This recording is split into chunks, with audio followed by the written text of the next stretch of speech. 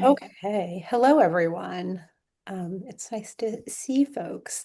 We have all of our panelists here with us, amazingly, given that there are still some power outages, and for folks who are in the East Coast area, a lot of snow. So we are going to hope that the technology is able to keep up with us and go ahead and begin. We can continue to let folks in if they join after the fact, but I want to go ahead and get started so we have as much time as possible with our panelists. Thank you for joining us. We have folks who are going to share with us information about their kind of career trajectories in human resources. How that looks is kind of unique for each of them, which is one of the things we're excited about. So I will let the panelists begin by introducing themselves and sharing, something about their experience at Wellesley, if that is something they'd like to share, and then a kind of career overview in terms of how they navigated their kind of HR pathway and what specifically that looks like for them. We'll have some questions, and then in the end, we'll have opportunity for folks who have joined us to ask questions. And if you have a question along the way, please just feel free to use the chat function as well. We don't need to be super formal. It really is meant to be informative and for folks who are participating to have an opportunity to kind of, understand the panelists' experience and perspective in a way that might be relevant for work that you're all looking to do. So we are recording this. So if you'd like to have your cameras on, that's great. If you feel comfortable having off or just using the chat function, we respect that as well. So I see here, Lindsay. So I'll let you go ahead and begin, Lindsay. Great. Thanks, Destiny. So my name is Lindsay Hogue, and I graduated from Wellesley in 2003. I was an international relations and economics major. I wrote for the Wellesley News. After Wellesley, I joined the Peace Corps because I thought I was going to be an international development worker, but I became jaded by international development and moved into strategy consulting instead. Very distinct, right? So when I was doing consulting for a strategy consulting firm, I had the opportunity to do staffing internally within the organization. So that means placing consultants on different engagements within uh, the organization. And so that was really like my first entry into HR, understanding the skill set of our employees, where they wanted to grow their skill set and move into different challenging roles within the consulting firm. From there, I did my MBA part-time at Boston University and then was working doing HR case writing for the business school and then doing executive education for chief HR officers from Fortune 500 companies at Boston University. From there, I went to State Street Bank to practice HR at a corporate 40,000 person global organization. I was there for 5 years in various capacities of HR. And then I started my own consulting firm for HR, focusing on nonprofits. And so I've been doing that for the last 6.5 years.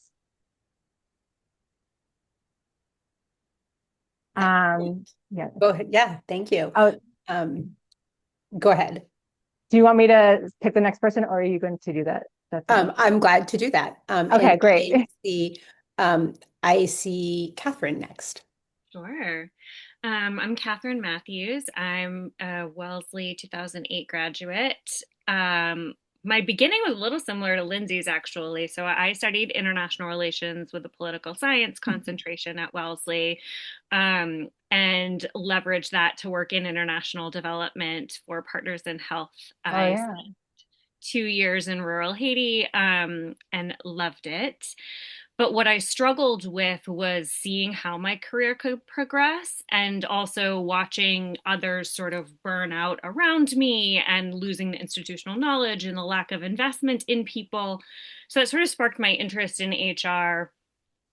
When I moved back to the US after my 2 years in the field, I knew I needed a break from the work, and that maybe it shouldn't be my full-time career, but could be something that I'm passionate about on the side. And so I tried my hand at HR and I started off in a financial services company, and I hated it, but I learned a lot. I started in a really junior role and I learned a lot about HR, and something told me to stick with it. And I went to another industry, didn't love it there. But once I found, for me, the biopharma, biotech industry, which is, prevalent here in Boston, it was able to combine that sort of mission driven work of helping patients, but also allow me to sort of do the HR in a way that was exciting and strategic and thoughtful. And so I've now been in industry for about 10 years. Love it. I'm an HR business partner. I'm currently working with Alum Pharmaceuticals, which is based out of Cambridge, and love it. I love what I do every day. And I'm so glad that I stuck with HR when it was really rough in the beginning. Mhm. Thank you. Nicole? Hi, everyone. It's so great to meet you all. Thanks for joining us. I am Nicole Herrera Santiago, class of 2011. My major was Latin American Studies, and I minored in econ. So it's kind of crazy. We haven't met each other before this, but we all have a lot of similarities in our paths. When I was at Wellesley, I studied abroad in Buenos Aires. I'm bilingual, fluent in Spanish. And I always knew I wanted to work abroad. And I was very fortunate to get a job offer at Google, based out of Argentina, which was very exciting for me as a young Wellesley alum, to get to go back to Argentina because I had such a great experience studying abroad there. And when I started at Google, I was in sales for about 5 years, which I always tell people is a great foundation for any career because you learn a lot about building relationships and how to make presentations and strengthening your communication skills. So I feel like it gave me a great foundation. Um, and in my time at Google, I became really involved in our employee resource groups, specifically for the Latinx employees at Google. And I eventually became the global lead for that employee resource group, which was about 3,000 members. So I tell people that was my first like real leadership experience. I was very junior at the time, but it felt like I was like leading my own org design, basically. And my experience doing that in a volunteer capacity is what actually opened up all new doors for my career, to transition into diversity, equity, and inclusion. So um, my time, working with community members just ignited this huge passion for me in that space and in that work. And then I eventually shifted to full-time DEI, where I was leading that for one of our large engineering organizations at Google, basically helping design our strategy roadmap and launch a lot of programs in that space. And then, unfortunately, I lost my job while I was on maternity leave with my first baby. And that is ultimately what inspired me to start my own business, which is called Her Era, based on my maiden name, where I do now consulting in the DE&I space. I also have a coaching practice where I do one-on-one coaching and group coaching for women and working moms. And then I do a lot of public speaking and workshops, for ERGs, DEI councils, people in that field, and then also do a lot of work around like leadership development, talent development, with a special focus on empowering women, which obviously, a lot of that passion comes from my time at Wellesley as well. So great to be here with you all. Excellent. Thank you, Nicole. And Idora. Hi, folks. Hopefully, oh yes, we're good. Yay, you're working. Um, Great. Thanks. My name is Idor Sopin-Vilmi. I'm a class of 2010 alum. I too was an IR econ major. So there's a lot of threads, as I was listening to you all introduce yourselves. My family's from Haiti too, so I'm just throwing that in there.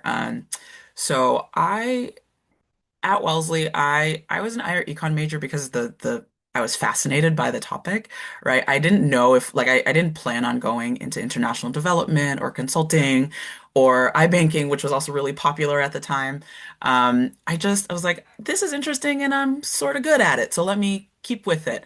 I during my time at Wellesley, I worked at the science library and then CLAP, so like the LTS field, and I worked there over the summers.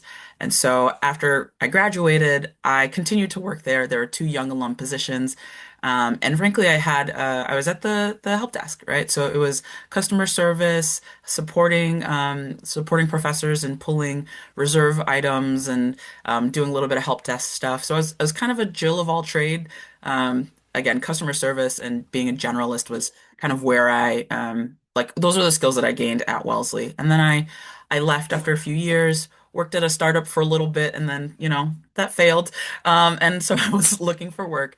And a fellow alum, actually, she was working at a small nonprofit. It was the National Network of Abortion Funds.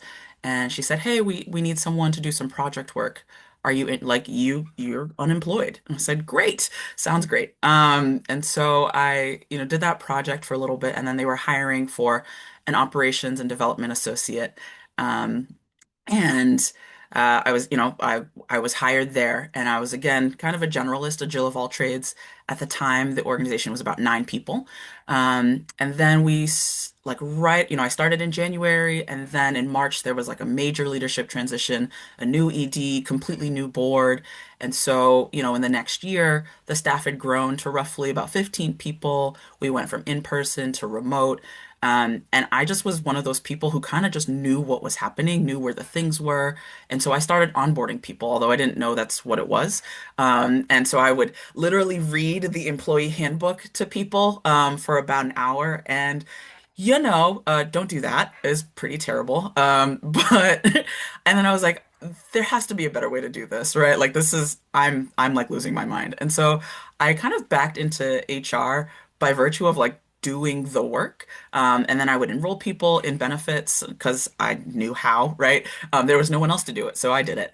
And then eventually, as the organization kind of got larger, the development portion of my job, I had to kind of pick between operations and development.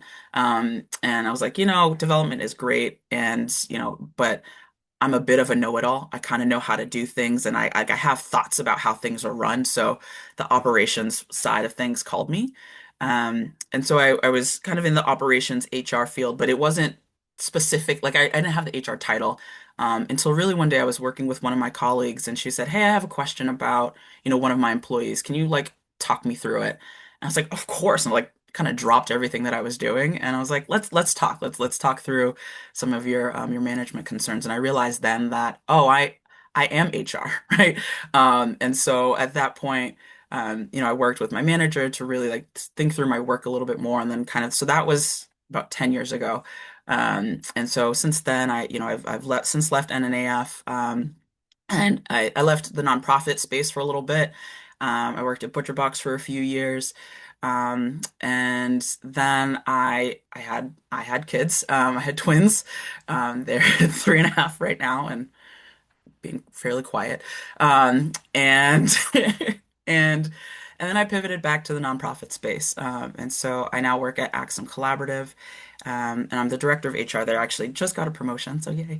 And so I'm a HR of one. Again, I do everything from benefits administration, onboarding, thinking strategically about what our headcount is going to be, thinking about what our skills gaps are, whether or not is it like a professional development, is it a course that someone needs to take, do they need a coach?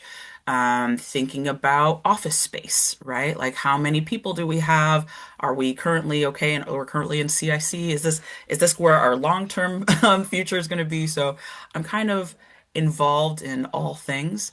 And I think my approach, and we can get into this later, but really my approach to human resources in HR is to really bring the human side to it. Our industry has a bad rep for, I would say, for a reason, right? I'm not going to pretend it doesn't, right? Everyone has experienced, myself included, right? Like the ups and downs of interacting with HR.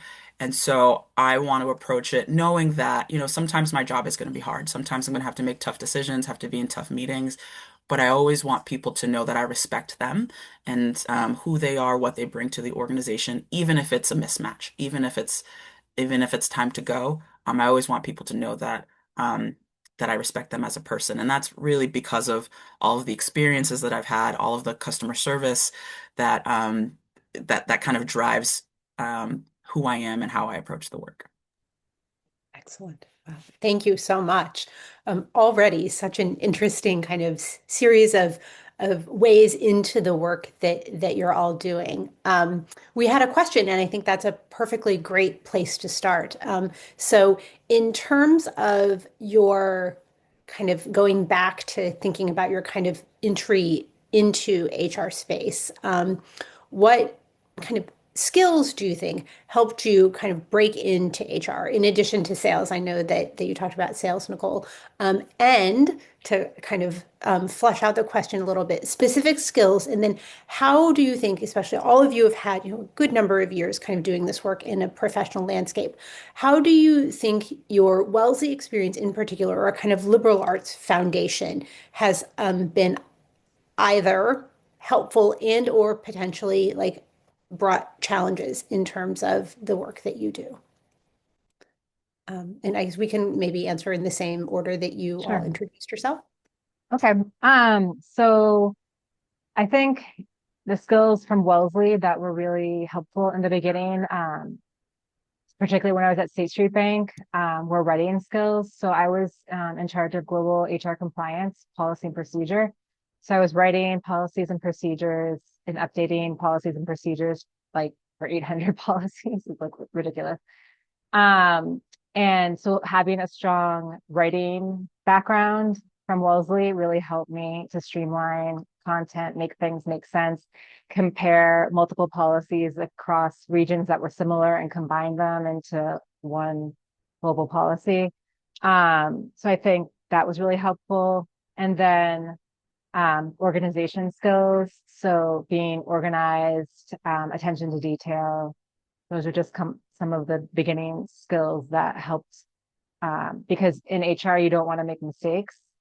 So you're always double checking things and really need to have a strong attention to detail and be able to read quickly and thoroughly as well. So those are just some of my thoughts there. I really echo all those. The writing was incredibly important for me as well. I think that critical thinking skills, right, has been instrumental throughout my career and something that I actually took for granted until I started people managing myself. Um, I think the resourcefulness to sort of go out and do your research and try to understand, what already exists and then how that can apply. I think those are all really valuable skills to demonstrate sort of your abilities and jump into any experience and say like, okay, I'm thinking that this is how we should approach this. What do you think? And I think being solutions oriented has always been a really big help for me in progressing and jumping into things that I probably have never touched before. I've been doing this for a long time and every day something new comes up. So that's where the critical thinking and being solution oriented has really helped me be successful. Excellent. I can kind of double click into, I guess, what I mentioned about like sales being a good foundation for this work. I mentioned a little bit about like presentation skills and building relationships. I think all of that is foundational to any HR job that you're doing. I would also say just having a lot of experience digging into data and having a data-driven approach, which came from my time in sales and like really strong metrics around that was a great foundation for HR. People forget about that aspect of doing HR work. It's sometimes, you do need to be in the weeds and looking at a lot of numbers and using data to make decisions. Um, Echoing what Lindsay mentioned about like organization skills. So within Google, we have like different job ladders, and I was on the program manager job ladder for a really long time. And so I developed a lot of project management skills, which were really important to driving like huge programs forward and keeping everything on track. And then the other piece about sales that kind of helped me transition into the DE&I space is really building advocacy skills, right? Like my job was advocating for underrepresented groups and advocating for budgets and programming to, spend attention on these initiatives. So that sales work really helped me develop that skill. And then to Destiny's question about a liberal arts school, I think it was a great background for HR in general, but especially DE&I work because, in a liberal arts environment, it's very multifaceted. You're taking courses in all types of, topics. And my work in DE&I was extremely cross-functional. Like I was wearing many different hats from comms to PR sometimes to, like I mentioned, the data-driven approach, project management. And so I feel like the Liberal Arts Foundation really helped me in that sense and just kind of knowing how to operate in that mode and be successful. And I'm gonna again triple click on everything that everyone else was saying. I'll add data analysis and pattern recognition are also really important. I was actually quite terrible at data analysis as a student, but I thought it was really fascinating the stories that you could tell through data, right? And again, it is critical to be able to take a look at an employee survey and figure out kind of, hey, what's going on here? What is the sentiment under the numbers, right? Not just to take, because a lot of the programs that we use will say, oh, hey, you scored 90%. But then you dig into the comments and there's actually something a little bit beneath that. So that's really important. And I'd say I say Wellesley in particular, the confidence to kind of show up into a room and know that hey, like my idea, like I have my ideas are founded in data or my experience, and I belong in the room. And yes, like you should take this initiative that I'm proposing seriously. From adding kind of from the DEI perspective, a lot of the like I'm a part of that work as well. And frankly, it is a part of who I am and is like embedded into my approach. And so I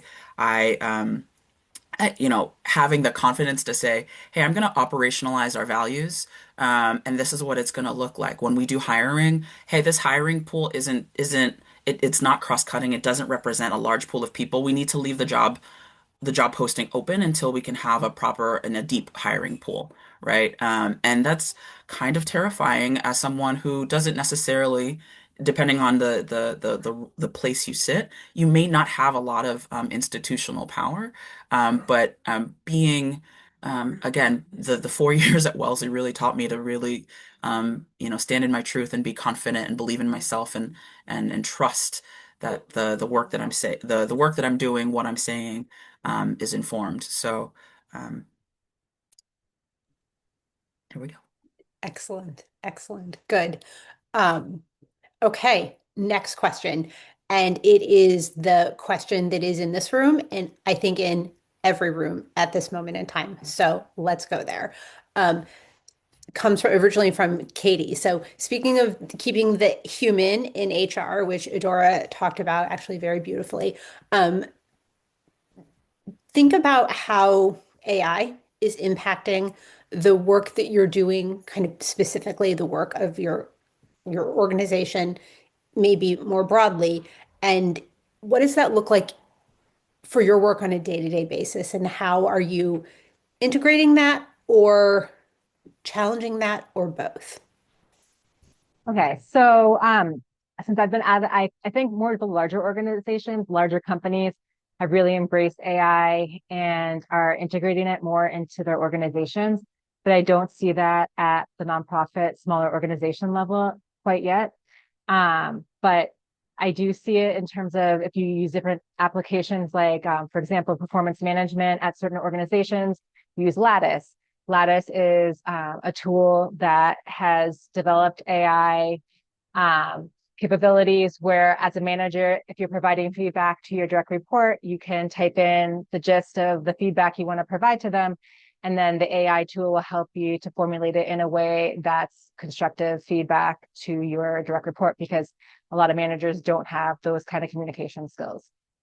So I find that some of the tools that we're using can help to communicate in a kinder and more constructive way for performance management. In terms of AI in my own work, I find it useful for like employee handbooks, just to like double check before it goes to the employment lawyer. Am I missing any key things in a multi-state employee handbook? And it can just highlight for me, like, yeah, you have everything except XYZ. So that's been helpful. Also, if you know you're going to have a difficult conversation, you can prepare notes with AI helping you to have those conversations, and to think through some of the logic to make sure that what you believe to be correct is, just getting a gut check. Because again, like Adora, I'm usually a one person HR person at these small nonprofit organizations. And it's just good to get that confirmation. That's where I'm using AI right now. Excellent. Yeah, I think this is a really big topic in my industry too. So in, pharmaceutical development, there's a lot of opportunity for us to maybe identify targets earlier, be able to kind of suss out certain data, maybe see stuff that is there that we couldn't have seen, without the tools. From an HR perspective, we're definitely starting to leverage it more. I think there was a lot of reluctance at first, and justifiably. I think we all know that there are some biases that we have to check when using AI. And so I certainly, to sort of answer the question, am both challenging and leveraging AI every day. I think that in general, AI will help us continue to be more human. It allows us to sort of streamline some of the more, and some of this is automation, which isn't necessarily AI, but some AI can also work with automation to free up some of our time to be more thoughtful and strategic and have that human touch, that white glove sort of service with our clients. So I have really enjoyed it. We use it for job descriptions and performance reviews, as Lindsay mentioned. It really helps to just cut down on some of that administrative burden that I know we all have. But I think it's really exciting, as long as we're continuing to iterate on it and keep an eye on where we need to pressure test. Thank you. Yeah, I'll just add what a lot are saying is, especially in the DEI space, AI is a very hot topic, obviously. Just I don't need to preach to the choir. You know all of the headlines in terms of like who's building these tools, who are they being built for, what are the voices that are shaping the way that AI is thinking? How do we bring more diversity to that whole technology? But I would just say in my field, where I am trying to encourage, some of my clients to use AI is in building unbiasing AIs into their job descriptions, their hiring practices, their performance reviews. It can be an amazing tool to serve as kind of like an accountability partner in ways that humans have not been able to, either by lack of skill, fear, or whatever comes up in those rooms when decisions are happening. But so kind of like a very tactical example of like how do we remove gender, names, schools from people's resumes, so that that information is not being used or creating any bias in hiring decisions. And how do we flag certain, language that may be used in discussing female candidates for promotion, so that that gets looked at by somebody in HR who maybe like wasn't in the room when those conversations were happening. So I think there's a lot of opportunity for using AI for good in the DE&I space and just building more equitable practices into HR programs and initiatives at companies. But I would say I have yet to see any of my clients successfully like implement that, just with everything that's going on in the industry right now. But a lot of work that could be done there. I'm going to speak to my specific use because, as an organization, we actually do have, like, we have an AI convening where we work with, we think about the impacts of AI in education and who is like, what institutions have access to it and how students are involved. And so that's a really interesting conversation. So I just want to just make clear that that is something that's happening. But for me specifically, again, gonna double click on job descriptions. I actually, and yesterday I have access to Claude, and I said, "Hey Claude, here's my job description. Here are some of the things that I need to get done. Here is here is our fiscal years here. Like, please create a work streams calendar for me. Oh hey," and then like I was working with it to help me generate just like a rough outline for the year. It said, "Hey, March and April is going to be pretty heavy for you. Like, you should make sure you have conversations about capacity, right?" And so in terms of like using it, I use it as a tool to say, hey, like help me, t let's take away some of the like all the little pieces that are just kind of like lingering in my brain. And it can kind of help streamline there. I would say in terms of like the roles and responsibility, I still have to do the work. I'm still ultimately accountable for it. And so it helps me be more efficient.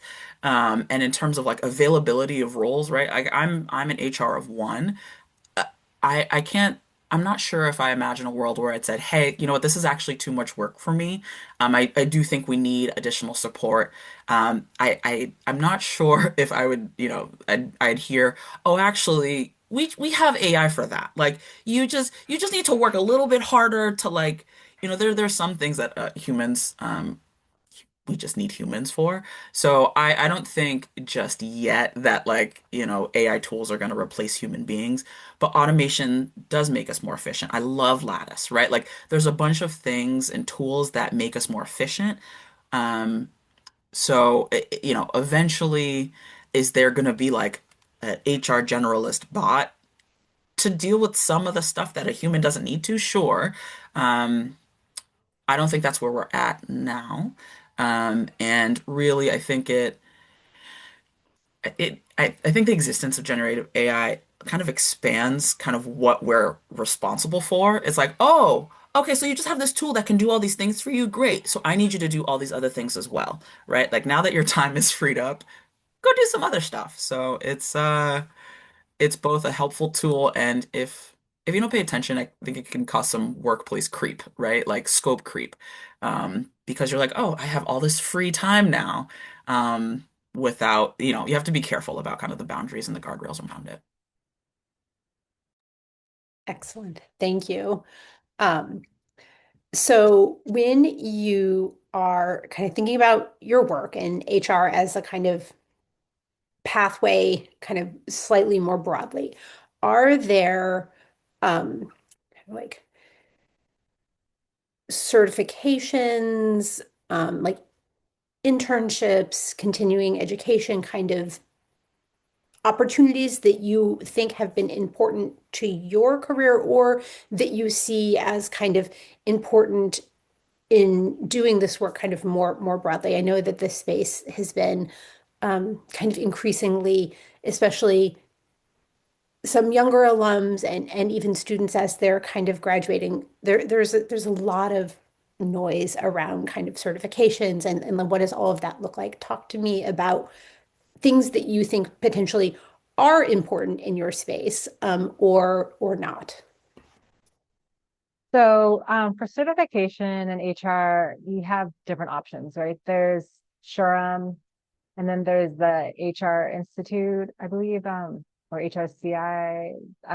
Um, so they're like different competing. Adora, were you gonna tell me the right? Yeah, I was gonna say PHR. Yeah, what a Yeah. Oh, all right. Okay. yep. So there are different certification levels. So some people pursue that path, and others don't. It just depends, I guess, on um, maybe the kind of experience that you're already getting um, in HR and whether you really need to pursue that certification or not. I have not pursued that certification and it's been okay for me. Some folks maybe who are switching careers and don't have like a ton of foundational experience in HR could show their employer that they do have a basic understanding of the HR needed and get that kind of certification, that might help them as they're transitioning careers. Um, Other folks go and get a master's in human resources. That's another pathway as well. So that's just my experience there. So I did get my PHR pretty early in my career. It was a few years in, and mainly just because I think I missed being a student and I wanted, something to challenge myself with. And I was a generalist at the time, but I knew that I wasn't getting exposed to everything. So that was really more of a personal decision. I don't think anybody ever even asked me about it on my resume or in an interview. But I will say that there were some things like I certainly have never worked in an organization that has a labor union. And so labor relations is something that I've only really learned about by studying for the PHR. But do I think it's critical? No, I agree with Lindsay. It's a nice to have for someone who's transitioning because then you do have some foundation to work from and it shows a commitment to the space. I'm also certified in certain programs like Insights. And, I'm really hoping to get a coaching certification at some point if I can find the time with having a baby. Maybe Nicole, you can help me with that. But I think it really depends on where you want to go and what you want to do and how it makes you feel. I don't feel like not having a degree in HR or certain certifications has ever held me back. Yes, I'll echo what everyone has mentioned. I don't have any certifications in HR, and obviously my degree is not really related. Um, the things that have always helped me is getting the experience before I ask for the job or the promotion. And so I talked at the beginning about my experience doing employee resource group work. At Google, there was this culture of allowing people to do what is called 20% projects. So 20% of your time allocated to something outside of your core role. And so, especially in my coaching practice, that's something I always encourage people to do who are looking to make a career pivot, who maybe don't have the time to do a certification or go back to school, but are really wanting to get into a different area. Find ways to connect with other people, either inside of your company or outside of your company, to do kind of like project-based work where you can get real life experience in the area that you want to grow into. All of that being said, obviously, we're not older alums, but the job market has changed a lot. And so, what may or may not have worked for each of us in our paths, especially early on in our careers, isn't necessarily true today. I would say, in my experience, in this job market, both as somebody who looked for a job for a very long time and now coaches clients in this market, companies are being quite strict with the job requirements that they are listing on roles just due to the level of competition, especially in the HR space, especially in the DE&I space, due to so many people losing their jobs or being misplaced. So while those things may not have been like as critical for each of us when we were looking for jobs, like I mentioned, just the market has changed a lot. And so, just obviously pay attention to, whatever you're seeing on the job descriptions that you're looking for, and decide, where to invest your time in terms of where you're really wanting to get to. Yeah, excellent Um, point, Nicole. yeah, and so I did have a SHRM certification, and then it lapsed, and I had babies, so that was I was like, sorry. Having twin infants is a lot. So, and I was a bit of a procrastinator when it came to like, in order to maintain your certification, you have to do, I believe, 60 hours of continuing education credits, which I was kind of well on my way to, and then I had children. So, or that's my excuse. I'm, studying. I haven't decided whether or not I'll take the SCP, so that's the senior SHRM certification. So it's kind of more focused on people who have a strategic understanding of HR or just kind of the generalist one. Um, and then I've seen it on job descriptions. They're listed as nice to have, but to Nicole's point, the job market's is pretty tight out there. So anytime you can have one of those nice to haves, I think it's a leg up.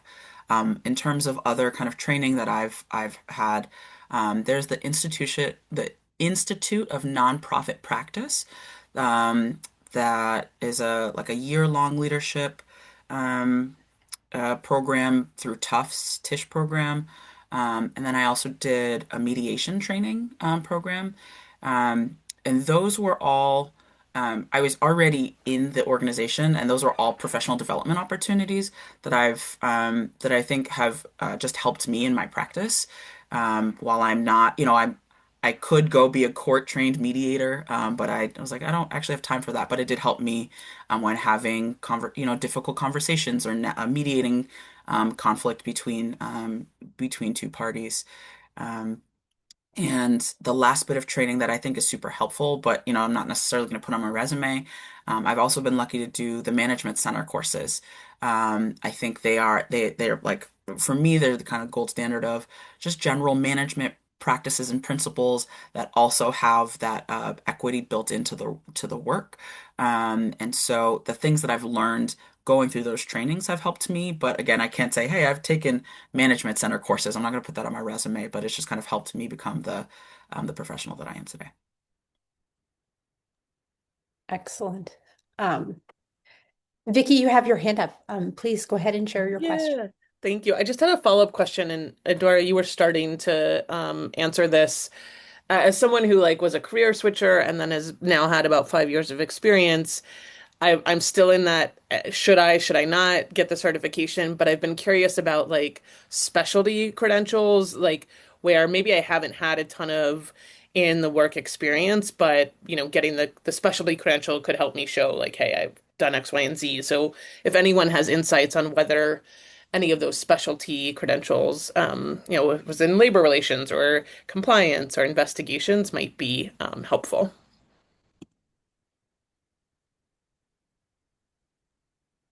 So I can comment. So I think that within HR, it depends. Are you going to be like an HR generalist, an HR business partner, or are you going to focus on employee relations specifically? Um, I guess with employee relations, it could be beneficial to have investigations certification because they can get really tricky. Um, and having that as a backup credential for yourself just gives you confidence as well. But yeah, again, like I think it just kind of depends where you're gonna focus. Like I was just speaking in the chat on learning and development, like, maybe you want to if you're doing learning and development and you're going to be doing designing teaching courses then you want to get certified in that technology, that you're going to be using. I'm blanking on the name of it right now. The one that everybody articulate, I think, or something. I can't remember what people use. So that's just my thoughts there. Again, I think my answer to lots of questions is it depends, right? It also depends on like what do you like, do you want like a specific job in a specific, does the job description say, hey, you need these things? And again, it's it, again, it depends, right? Like, are all the jobs that you're seeing have this like specific requirement, even if it's like a nice to have? If the roles that you're looking for, you're starting to see a pattern of, oh, hey, we want this certification, or this is a nice to have, and you have the time, the resources, and the space, I'd go for it, right? I don't say no. I'm not going to say no in this job market. Anything that gives you competitive edge is a competitive edge.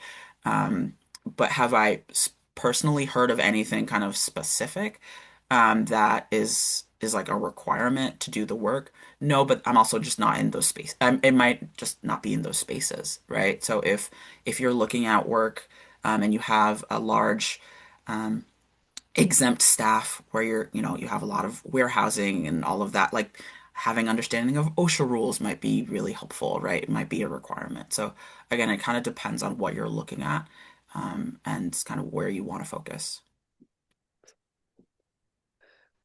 Thank you. Uh, maybe a kind of broader question that I feel like each of you have navigated during your work in HR. How do you balance advocating for employees and being the kind of company representative in terms of how you're thinking about the work that you do really kind of on a daily basis? So advocating for the employee, so that balance then of advocating for the employee versus the organization to get the work done. Mhm. Okay. So I always lean towards advocating for the company because I represent HR.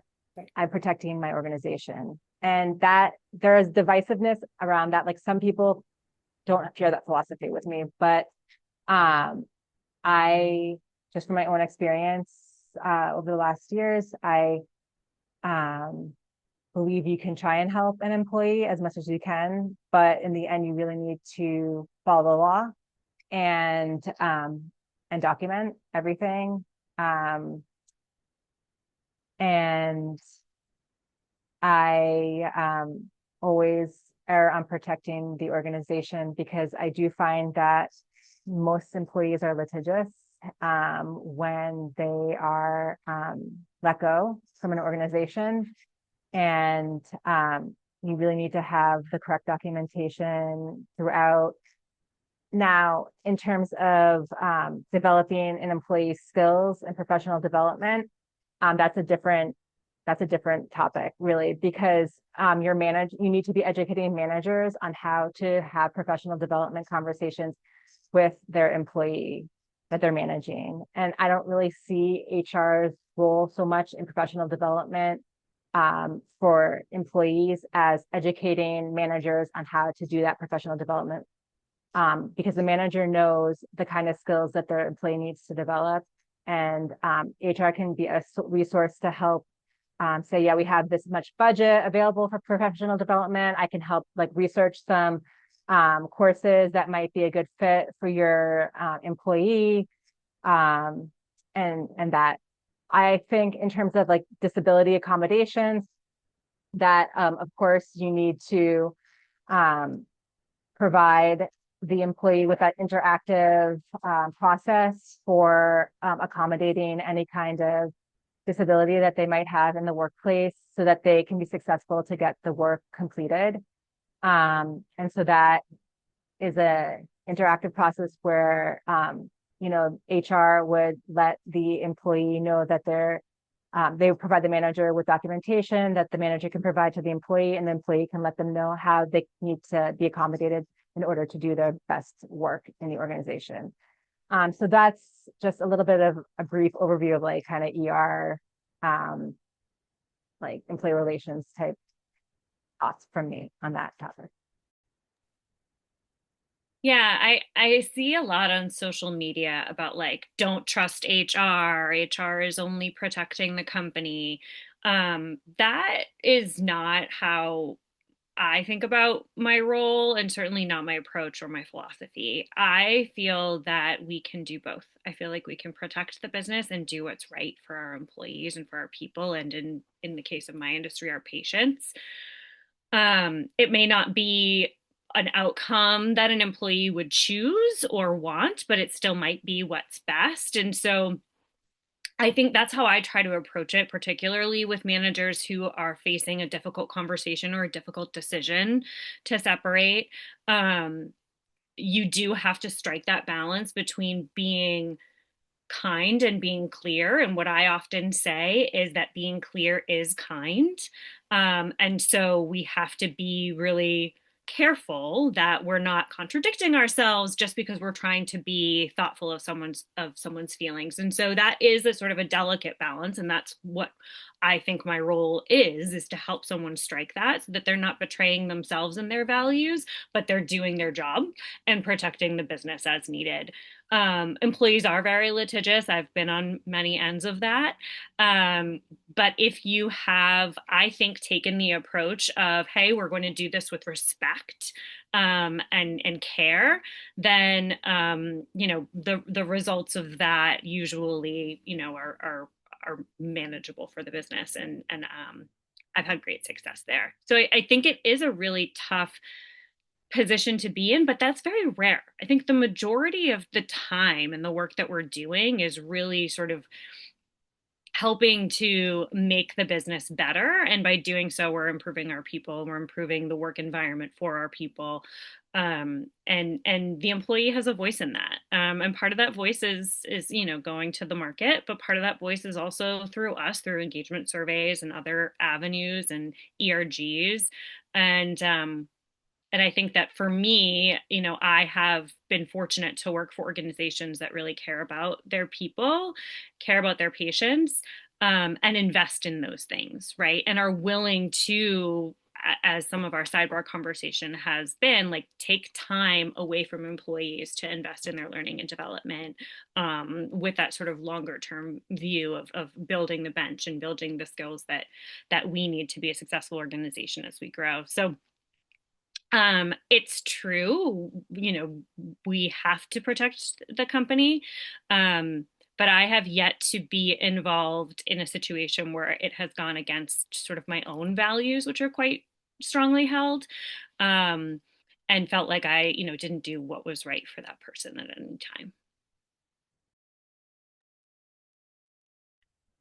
So for me, it's a little different because working in DE&I, my entire job is to advocate for the employee and improving the employee experience and making sure that employees are included and having equitable outcomes. So I really see my role when I'm working inside of a company or as a consultant as being that advocate for the employee experience. And people are hiring me to be a subject matter expert on those areas and teach the company and teach the business and teach the leaders on what that looks like and why it's important and what the value is. So it's a little bit of a different perspective, perhaps, but like that's the core of what my function is to continue to advocate for the employee. And like I said, teach the business and leaders how to drive culture change, how to embed these practices, into how they're operating, how to understand there's humans behind the numbers. Like when you're looking at end counts, like these are people. This isn't just like a percentage point that you're looking at. Like hiring one person from an underrepresented background can move the needle and like change that person's life and the trajectory of their career. So yeah, it's like the core of what I do is just teaching companies why those things are important and need to matter. I like being at the end. So my approach to this is I protect the company by advocating for employees, right? So, yes, I follow the law, and I follow the law, period. And right, there is, I think there is there's a wide gap between kind of employee experience and then like what behavior or situation is like, oh, this is breaking the law, right? And my job is to make sure that we are so far away from breaking the law. We're like, hey, like, how do um, I build relationships with employees so that, we're having casual conversation and they say something, I'm like, oh, I need to go talk to their manager because that's not okay, right? Like people, things that haven't even risen to the, like, oh, this is something I'm annoyed by or complete, like, I hear things and I say, okay, well, let's go make sure our manager has training, right? So again, ultimately my job is to protect the organization. However, I also view my job as helping create a culture, an environment where people can do their best work, right? And you can't do that work if you're stressed out, if you're getting an inconsistent experience from your manager, you feel unsupported, you're not growing, you're not learning. Um, so, um, and again, like because like the DEI work is also core to kind of who I am and how I operate, I think that also kind of colors how I approach the like employee advocate versus employer employer defender. And I even, when I take things that we do like documentation, right? If you as soon as people hear documentation, they're like, oh goodness, they're writing things up to fire me. Documentation can also be positive. It can be, hey, um, Dana did a really great job in that presentation.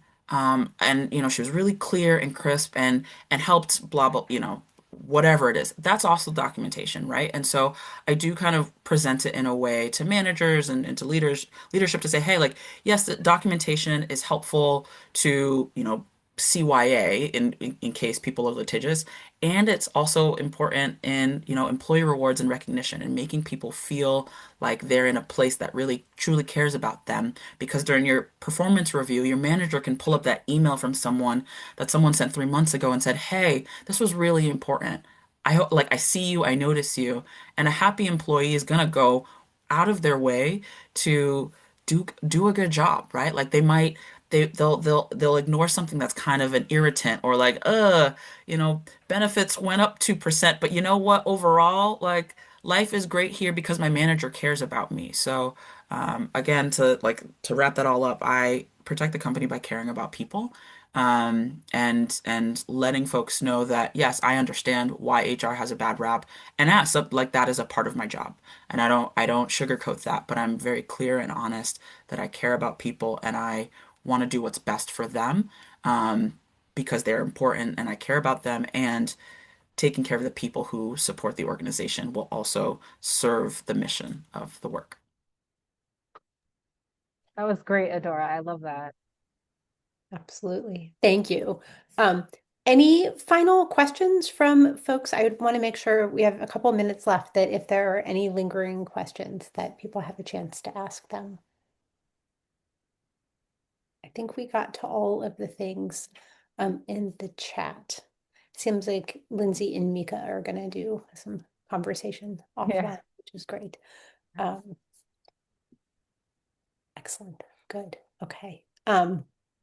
Thank you so much. This has been such an interesting conversation. In terms of HR as a kind of career pathway, a lot of opportunities in the space. And the thing about it that is um, interesting and, again, in challenging hiring times is, in some capacity or another, exists across all industries, across all spaces, sometimes in a role more like the work that Lindsay does in a kind of consulting capacity, for large companies, obviously huge teams and all kind of various roles. But it is something that as a professional is always going to have a role in impact, regardless of kind of where you are in a workplace. So we wanted to kind of have an opportunity to delve into this a little bit more. We really appreciate the insight and the expertise that the panelists have shared. Thank you so much. Thank you. And do want to just plug, there's a few areas of HR that we didn't really talk about. Mhm. Just there's compensation analysis, Yes. there's data analysis. So I was an HR analyst for like a hot second. So those folks exist at kind of larger organizations. We didn't really dive into recruitment, but or talent acquisition, and that's a huge Yeah. part of the work. Learning and development. Again, I see that thread that's going on. So I would say um, if you're kind of curious about HR roles in particular, I would actually go to either SHRM or the PHR Institute to see kind of what the body of work is, and then you can actually find different career paths based on the specialties and focuses that they kind of offer there. Because there is a wide variety where a background in mathematics or even physics could help you break into the HR function. Oh, thank you for the link, Nicole, for your um, page. Excellent. Good. Um, Please continue to reach out to career education. We can all be available, Dana, Becky, and myself, for individual advising appointments. I know that the folks who are on this call all have LinkedIn profiles and are open to connecting with Wellesley alums on LinkedIn. So, utilize the networks that are available if you are interested in additional conversations around what navigating a career path into HR or through HR might look like. We are glad to all be connected. Thank you, everybody, so much. Thank you so much. Thank you, everyone.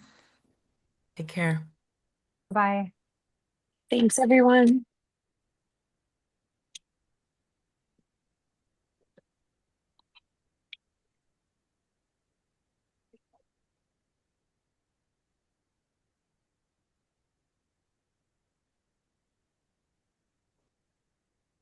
Are we all sitting? We're all I sitting. might have missed. There might have been. That I was wasn't great. sure if we were Really like, oh, great. we're gonna That chat afterward. Thank you so much. That Great. was really interesting. And your perspectives were so valuable and really insightful, which is, I think, I mean, I was glad that the folks were so engaged in terms of asking questions. And it sounds like some people already have some experience in HR, and then maybe some really quite, I saw a couple of alums who just graduated, so looking to kind of navigate a way into the space. We did an event, just for kind of context, a webinar in the fall with a group of alums who specifically work in recruiting and talent acquisition. That was less about that as a kind of career space and more about trends in hiring, talent acquisition. And as you might imagine, a lot of participants for that. And across kind of industry areas, and a really interesting conversation in that way as well. Yeah, so some good things for even people in career space from that conversation around, real trend across industries, kind of moving away from cover letters, and the necessity of that, how AI is, as all of you captured, both an opportunity and also, something to kind of navigate with, eyes wide open situations. So. Another thing that I've been curious about but didn't come up today was the concept or the term change management. Is that something you all hear a lot or not? Good question, Dana. Yeah. Yeah, Yes. yes. Yes. Tell me how that term is used in Yes. in like how you're encountering that term, or if I asked you to like define it in how you're seeing it in your work, what would you say? I mean, I see it in, again, so I'd say like a bit of a teenager of an organization. You want to call it startup teenager. But as we're bringing on new people, as we're kind of refining our strategic focus, the way we've done things, or we've done it this way because, that just can't sit, right? So thinking about people who can navigate changes in focus, changes in process, changes in responsibility, being able to step in, step back. That's kind of how I view it. It's really with an eye towards organizational design, and but kind of bridges both organizational design and communications, um, from from a people standpoint. Mhm. I would say I've been a part of a lot of change management, both sort of on the positive side and on the, more sad side, right? I mean, we've all been part of a layoff at some point, and that's a massive change management initiative, right? Is both sort of how do you manage that process, and then how do you set people up for success who are remaining. And similarly, as an organization grows and scales, there's a lot of change that has to happen. And I often approach it from, as Adora was saying, like from a mindset approach to, are you able to have sort of this growth mindset that allows you to grow and change with the organization's needs? Especially in pharma and biotech, like we're changing every day, and our business can change on the dime with an approval or a letter from the FDA. So we're managing a lot of change a lot. And so one of the things that we talk about is that change is constant. And so how do we build that resilience in our employees, but also within our operating models and our org design? So it's a lot of, okay, if this is the strategy, what do the teams need to look like to make that happen? And, what are some best practices, and thinking about how you would get from A to B, and how do you manage that change in a way that brings people along, but also moves forward as quickly as the business may need. So yeah, Well, it sounds like it's more kind of pervasive versus under one person who manages. yeah, I would say the whole team has, I mean, Yeah. even recruitment will have to be a part of some of these Sure. things, right? Your benefits may need to evolve. It really is across, I would say, all pillars of HR. There's I a, do yep, I go do ahead. change management with leaders. So it's a core competency in my field Mhm. is like 99% of the leaders you're going to come across are going to have some form of resistance to the E&I work or lack of understanding or ignorance. And they see it as a nice to have and not a core business priority. So my entire job is change management with those leaders to get them to take the work seriously, to drive change across their cultures, to adopt different practices, policies, programs, and to move into like sponsorship of the work essentially. um it all of that is essentially systemic change that takes years and years, and so what I tell people is you have to be really really passionate about this work because like I said, many of your conversations are met with resistance. And then the other side of change management is obviously anyone in my field. DEI is always evolving, even outside of, the huge backlash, whatever that we're experiencing right now. Even before that, it's very common that your scope will change overnight, that your role will get moved from one org to the other. So you have to be able to like adapt quickly on your feet and just like bring your foundational skills to whatever the next like project is that you're going to be working on. Thank you. Thank you very much. Good. Again, we are so grateful for your time, your responsiveness, your honesty, your thoughtfulness, and look forward to keeping in touch. And suggesting this recording too, to further students and alums who are interested in the field. So thank you for that. Excellent. Have a Would good love to stay afternoon. connected with you all. Thank you. It was a great Yeah. conversation. Great. Thank you. Take Bye. care. Take care. Appreciate it.